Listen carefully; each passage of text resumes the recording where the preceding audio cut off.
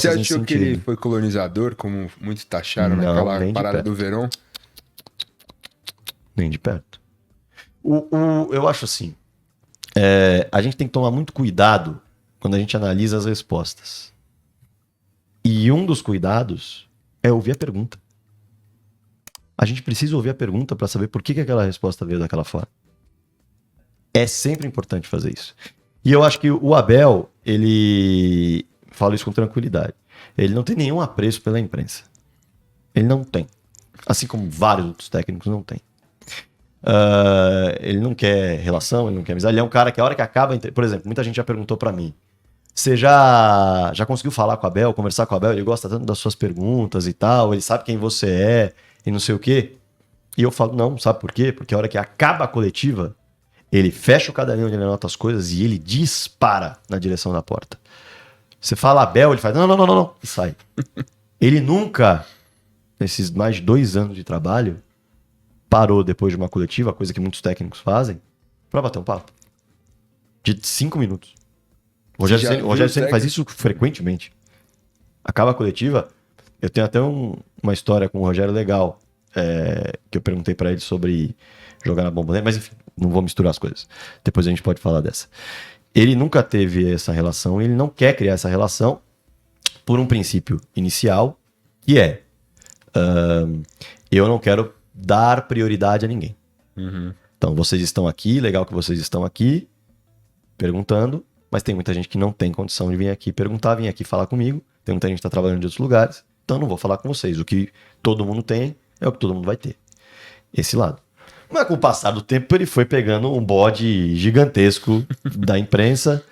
A imprensa muitas vezes está ali para questionar. Eu não vou julgar como cada profissional trabalha, de que maneira cada profissional tem a sua vertente, tem o seu olhar, se utiliza do microfone. Eu acho que existem bons e maus profissionais em todas as áreas. Eu sei que muitas vezes a torcida vira e fala: o que você acha de tal jornalista? Eu não sou comentarista de jornalista. Sou comentarista de futebol. Então, se você não gosta de alguém, é só você não seguir. Só você não dá moral. Você gosta de alguém, dê moral pro trabalho dele. E eu acho que eu falei de várias coisas e não respondi sua pergunta. Não foi? Não. Se ele foi colonizador, você falou. Não foi. De jeito nenhum, não foi. Até porque ele falou sobre o Verón. Ele falou sobre o garoto. E ele falou sobre ele já tem algum tempo aqui. Sobre um olhar que ele tem para muitos profissionais. Garotos jovens que se perdem. Uhum. Simples. Ele não fez comparação.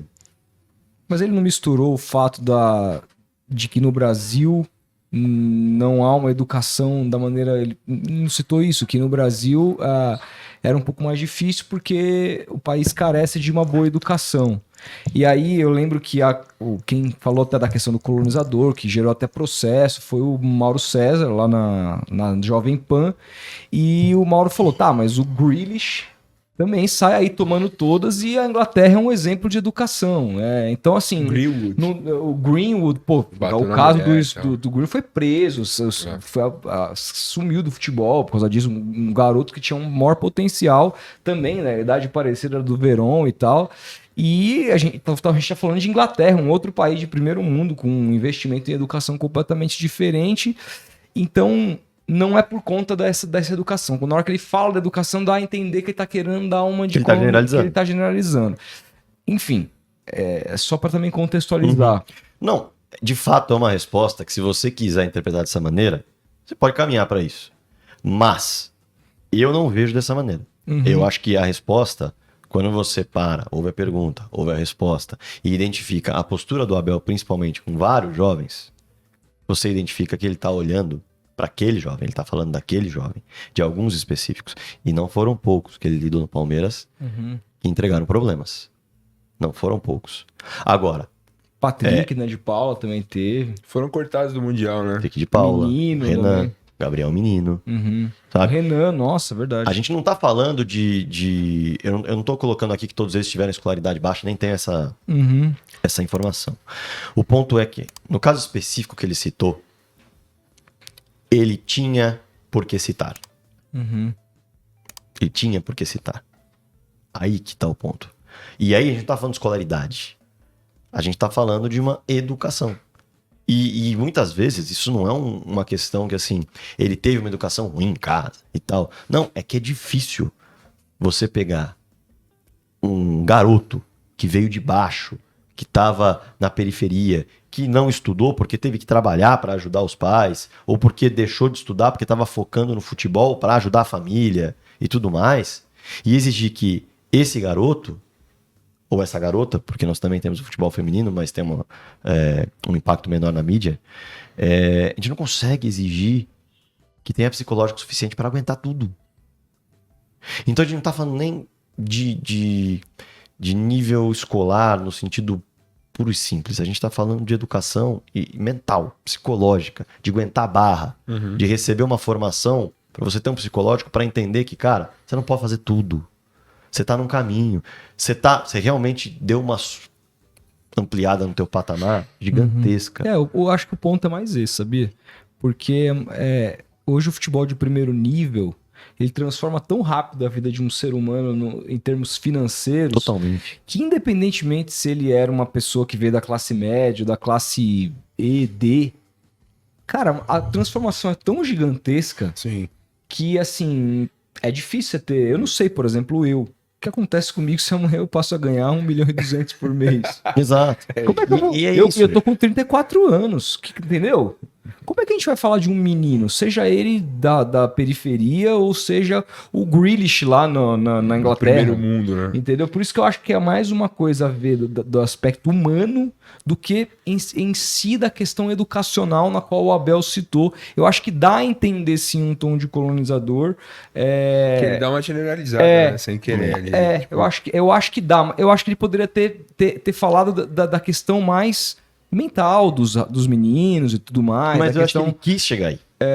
Mas eu acho que ele se expressou ele quis mal. Colocar aí. Ele pode ter se expressado mal, mas você se expressar mal para ser um colonizador é outra parada. Também não, entendeu? Concordo eu também. vejo dessa forma. Concordo é outra também. parada.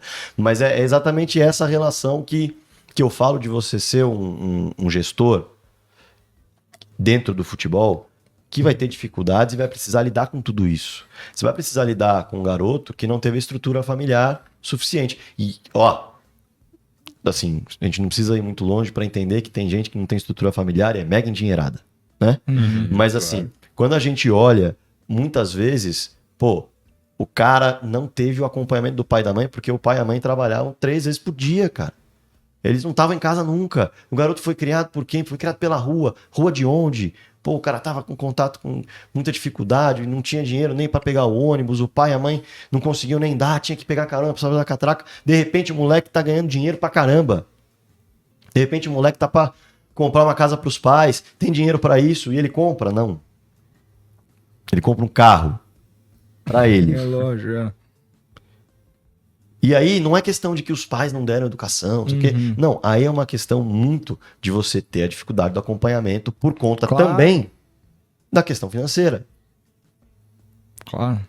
Porque muitos pais, o pai tá trabalhando, ou a mãe tá trabalhando, e o pai criou, ou a mãe criou, porque são endinheirados, porque são de classe A, B, tem tranquilidade para, isso aqui não faz, isso aqui não se faz, cuidado com quem você anda, tal. Você só vai trabalhar quando você começar a faculdade para estagiar, e aí você teve um desenvolvimento. Tem uma outra questão também. Coisas, entendeu? Sim. Tem uma outra questão. Uma coisa que me incomoda muito também, a gente adora falar mal do nosso país. Porque o Brasil falta isso, falta aquilo, mas aí vem às vezes uma pessoa de fora e fala, a gente não aceita. Isso é normal. A gente tem uma coisa, assim, eu lembro muito do Stallone, assim, ele veio fazer alguma gravação aqui no Brasil e tal, e falou alguma coisa, criticou o Brasil. Em algum aspecto, o cara virou inimigo da nação imediatamente, assim, viralizou no Twitter e tal. Porra, ele falou nada demais, uma coisa que todo mundo fala, mas assim, sim, a gente tem um pouco disso. Então também quando eu me coloco no lugar do Abel, eu poderia ter tido a mesma fala que ele. Não é necessariamente... Não foi na pior das intenções. Cara, e você vai ver isso agora, nessa época de Copa do Mundo, velho. Que o tal do pachequismo vai estar em alta, velho. A maneira mais fácil que você tem para receber outros códigos como esse é se inscrevendo aqui no canal. Não custa nada. Então, só apertar no botãozinho aqui embaixo e, óbvio, deixa seu like também. Demorou? Obrigado!